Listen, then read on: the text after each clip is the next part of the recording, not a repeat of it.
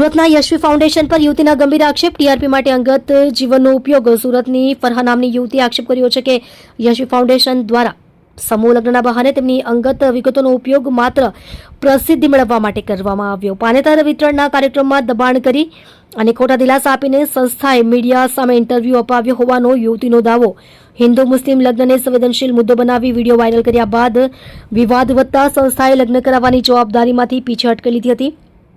Social media પર નકારાત્મક ટિપ્પણીઓ અને આબરૂ પર લાંછન લાગવા બદલ યુવતીએ ફાઉન્ડેશનને સંપૂર્ણ જવાબદાર ગણાવ્યું છે. અન્ય દીકરીઓને સાવચેત રહેવા અપીલ. પોતાની જિંદગી બરબાદ થયાનું જણાવી ફરહાએ અન્ય યુવતીઓને પણ આવા ટીઆરપી સ્ટન્ટનો ભોગ ન બનવા વિનંતી કરી છે. નમસ્કાર, મારું નામ ફરહા છે.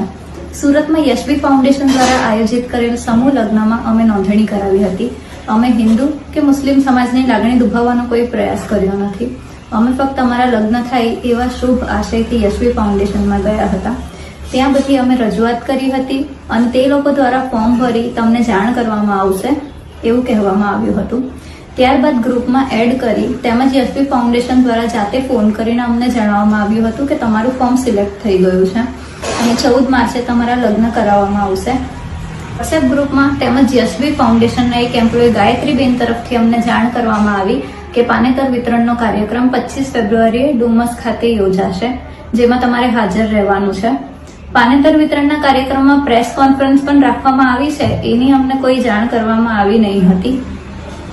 ત્યાં પહોંચ્યાની સાથે થોડી જ વારમાં યશવી ફાઉન્ડેશનના ગાયત્રીબેન દ્વારા કહેવામાં આવ્યું કે તમારે એક ઇન્ટરવ્યુ આપવું પડશે,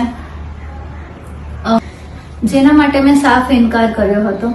તે છતાં જૂઠા દિલાસા અને લાગણીનો આશય લઈને તેમણે અમને કહ્યું કે અમે તમારા માટે આટલું બધું કરીએ છીએ તો તમારે પણ આટલું તો કરવું જ પડશે અને એક જ વ્યક્તિ બસ તમને બે ત્રણ સવાલ કરશે, એના તમારે જવાબ આપવાના રહેશે એમ કહી એમની સાથે અમને સ્ટેજની પાછળના ભાગમાં લઈ જઈને ત્યાં સામેથી એમણે આવેલા પત્રકાર ભાઈઓને કહ્યું કે હિન્દુ મુસ્લિમ યુવક યુવતી છે તો તમે વિડીયો લઈ લો, તમને એક સારી લીડ મળશે.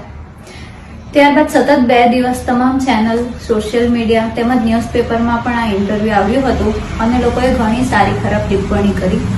ઘણી નકારાત્મક ટિપ્પણો જોઈ. જ્યારે અમે લોકોએ યશવી ફાઉન્ડેશનની ઓફિસની મુલાકાત લીધી ત્યાં ગાયત્રીબેન તેમજ ટીમ દ્વારા આમાં અમે કંઈ નહીં કરી શકીએ અને અમારી કોઈ જવાબદારી નથી અને તેમજ અત્યારે અમારા કોઈ પણ ઉપર હાલમાં હાજર ન હોવાને કારણે અમે તમને ફોન કરીને જણાવશું એવું કહીને અમને ઘરે મોકલી આપ્યા હતા. ત્યારબાદ ચાલતા વિવાદોને કારણે અમે લગ્ન કરાવી ન શકીએ એમ તે લોકો દ્વારા સોશિયલ મીડિયા પર જાણ કરવામાં આવી હતી, જેની અમને કોઈ જાણ એ લોકોએ કરી નથી અને આ રીતે એ લોકોએ પીછેહટ કરી લીધી છે. મારું બધાને કહેવું એટલું જ છે કે જ્યારે યશવી ફાઉન્ડેશન અને તેમની ટીમ તેમજ તેમના જે પણ માલિક છે એમને આ વિશે ખબર હતી કે હિન્દુ મુસ્લિમની વાત એ એક સેન્સિટિવ મુદ્દો છે અને લગ્ન એ લોકો કરાવી શકશે નહીં આવી કોઈ પરિસ્થિતિ આવે તો. એ લોકો દ્વારા આ રીતે પ્રેસ કોન્ફરન્સ બોલાવીને 101 દીકરીઓમાંથી ફક્ત અમારો જ વિડીયો બનાવડાવીને વાયરલ કરવા પાછળ એ લોકોનો ફક્ત ટીઆરપી મેળવવાનો જ આશય હતો ને. આજે યશવી ફાઉન્ડેશન દ્વારા કરવામાં આવેલા આ ગંભીર અને ધર્મોની લાગણી દુભાવવા માટે કરવામાં આવેલા તેમના એક ટીઆરપી સ્ટન્ટને કારણે લોકો અમારા માટે ઘણી ખરાબ ટિપ્પણી કરી રહ્યા છે. ઘરની બહાર નીકળવું અમારું મુશ્કેલ થઈ ગયું છે તેમજ અમારી આબરૂ પણ લાંછન લાગી રહ્યું છે, જેના માટે સંપૂર્ણપણે જવાબદાર તો યશવી ફાઉન્ડેશન જ રહેશે.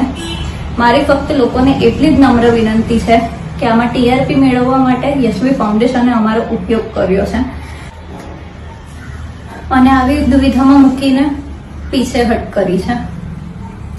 અમે અમારી જિંદગી બરબાદ કરવા માટે યશવી ફાઉન્ડેશનનો ખૂબ આભાર માનીએ છીએ અને સાથે જ બીજી કોઈ પણ દીકરી સાથે ટીઆરપી મેળવવા માટે આવું ન કરે એના માટે પણ હું વિનંતી કરું છું.